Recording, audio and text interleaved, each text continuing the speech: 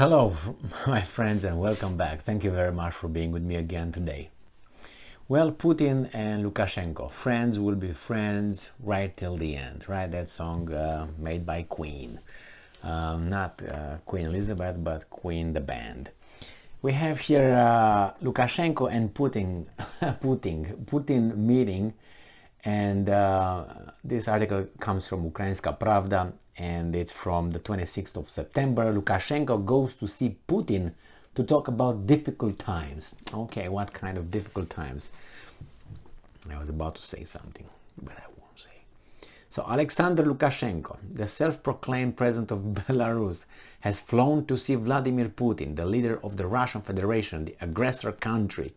They are discussing a quote-unquote difficult time and thanking people for their understanding, end quote.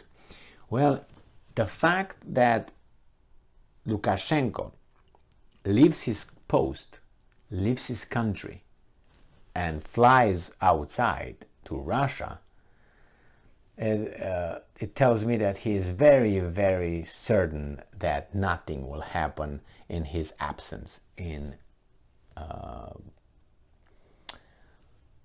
Belarus.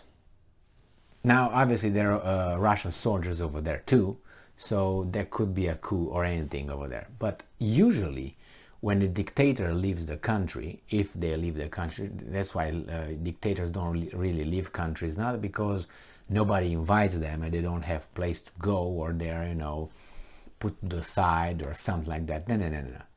Because if they go, that's hanky-panky happening over there. People will just say, don't come back.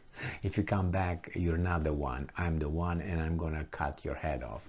Usually that's how it works.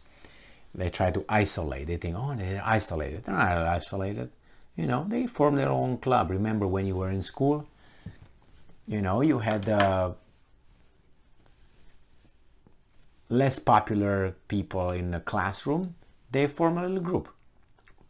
They were not popular. People don't like them for whatever reason. I'm not going to go into that. But they formed their own group. They're stuck together, over there. The same with it. The dictators stick together. They know exactly what's going on. So, quote from Lukashenko. Today, I analyzed the instructions we gave. We have had practically no setbacks. We have predicted to collapse. We were predicted to collapse, perish, etc. But we've said more than once, life is diverse. We need someone needs us, and we have found partners. And we should thank people for their understanding. It's not an easy time. People understand that. There is certain watershed moment. There is a certain watershed moment and reference point. We had it in 2020, presumably a reference to protests in Belarus in 2020-2021. And you have it now, Lukashenko talks, that shows you who you are. We have changed a lot over these 3 months. They saw that we can live normally. There is no fear. Well, if Europe is crazy, let them think that. Okay. Details. On September 25th, journalists reported that one of Lukashenko's planes had left Belarus for Russia, but the trip was not officially announced, so it doesn't get shut down. What do you think? Lukashenko said that he would be flying on a business trip this week, but he did not specify exactly where he would go. Well, why did they meet? Why did they have to meet? Just to show support that they are together and still alive? I guess that's the minimum they can do. Because other than that, why do they need to talk? About what? The weather? I mean, one is in Belarus, the other is Russia. Putin, I think, is not in Moscow. He's, I don't know if it's in Sochi. I don't think so, because it's very close to Ukraine, so I don't think that's where he's at. They said that he left the Kremlin, he's somewhere else, so I don't know what's going on there. But nevertheless, maybe he's in a suburb of Russia. I don't know, wherever the presidential offices and houses there are in Russia. And besides Kremlin and the palace in Sochi, I don't know any other ones, but I'm pretty sure they should have, like any president should, of a big important country. Now Lukashenko leaves his state, Belarus, to come and see Putin. What's so important that you can't talk over the phone or something, you know? I don't know. I think it was just a show of support coming from Lukashenko directed towards Putin.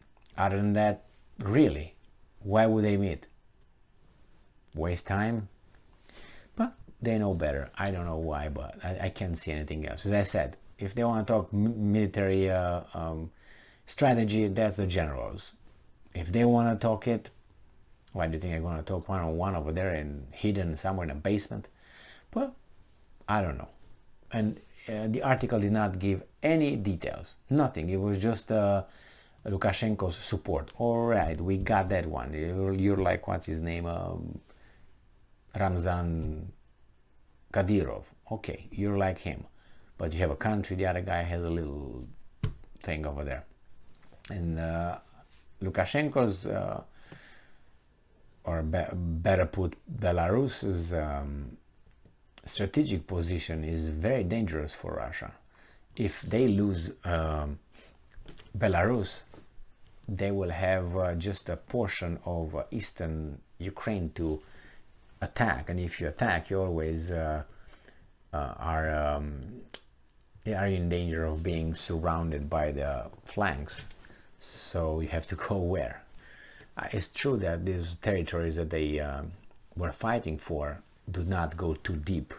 So even if Belarus doesn't belong to Lukashenko anymore, those guys cannot go around and attack them, you know, on the flanks and then from the back. But not only with that, Belarus is very important component in the Russian strategy and the geopolitics over there. It's very important. They have Poland over there. They have those weasel states, the Baltic states, who are very loud but unimportant.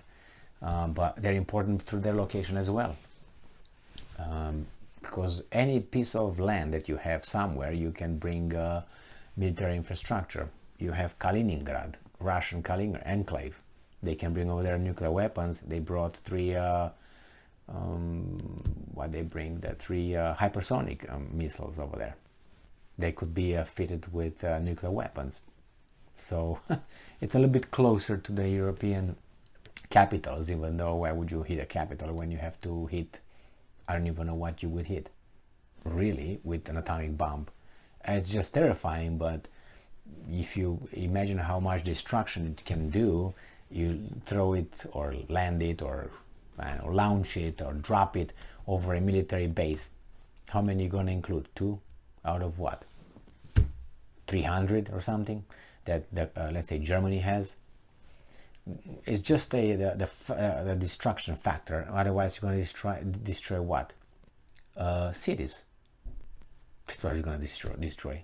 Because you don't need a nuclear weapon to destroy a military base, right? So then it's just a terrifying idea that, oh my God, that goes over there, destroys the whole thing. But was it necessary to destroy the civilians? No. But then why would you drop it on civilians? It's not their fault. I mean, however you take it, the civilians help the war machine, right? They say they're about Russia, so that must be true with Ukraine, must be true with us, United States, right? Our taxes pay for the equipment that is sent to Ukraine, so you don't have people working and don't paying taxes, you don't have revenue, so that means you don't have weapons. That means you can make a case for many things if you know. But anyway, there's not the point here. Lukashenko visited Putin for nothing, just to show up over there and say, hey buddy, what's up? Thank you very much for being with me again today. Stay strong, stay smart, look for the truth, and be just.